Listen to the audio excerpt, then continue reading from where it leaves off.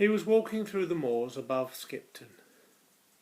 He was a piper, an itinerant piper, a travelling musician who played for weddings, festivals, parties, but mostly just for bed and board at odd farmhouses and small settlements along the way. The time is about 1800 and it's snowing heavily.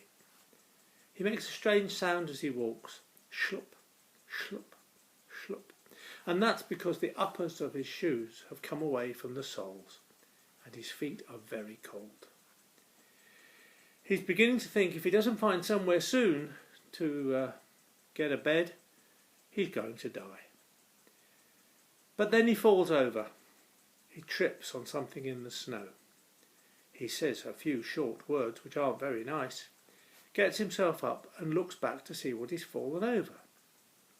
It turns out it's a hat. He thinks that's strange, you can't fall over a hat. So he goes back and looks. The hat is attached to a head, and the head is very dead. He looks down and he sees the length of the body laying in the snow, and sticking up from the snow at the other end, away from the hat, is a fine pair of boots.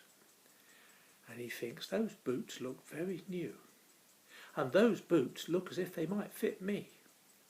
And he looks at his boots, and he looks at those boots and thinks, I'll have those boots, they're no use to him. Well, pipes are very temperamental instruments, and pipers carry a small bag of tools.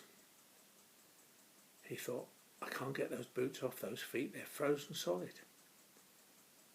I'll get out my tool bag. So he takes out his tool bag and he gets out a small chisel and he goes round one leg, chip, chip, chip, chip, round the ankle. And then he gets out his hacksaw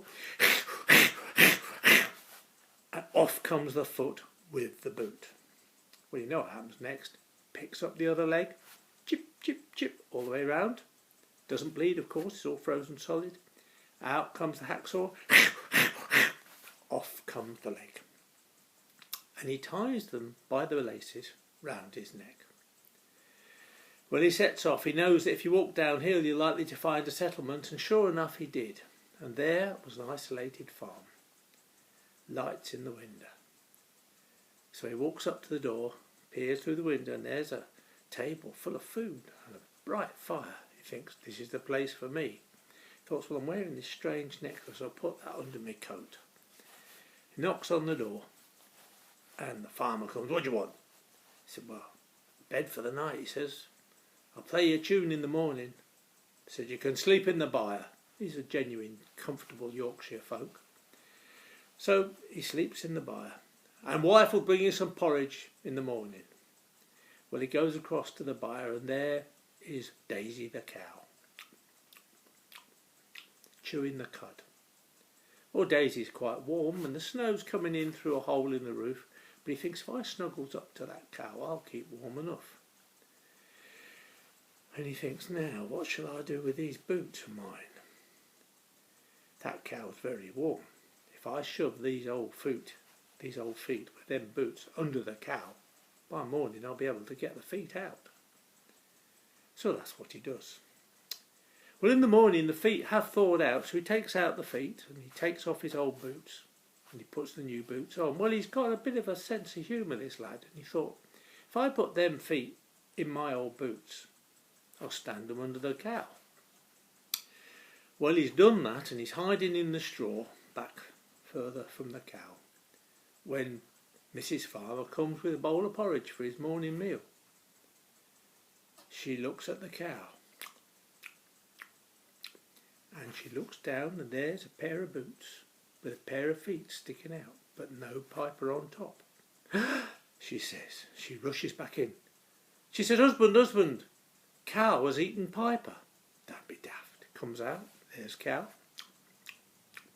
there's boots, 2 feet. Well, nobody knows he's here. We'll bury them feet up in 5 acre field.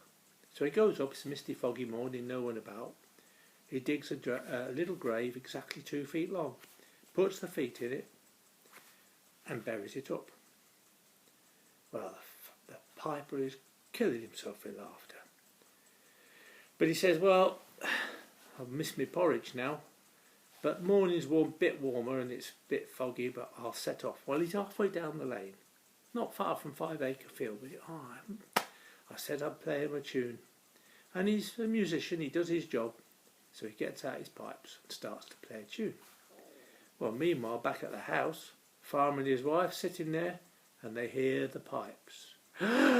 It's the ghost of the piper, they say.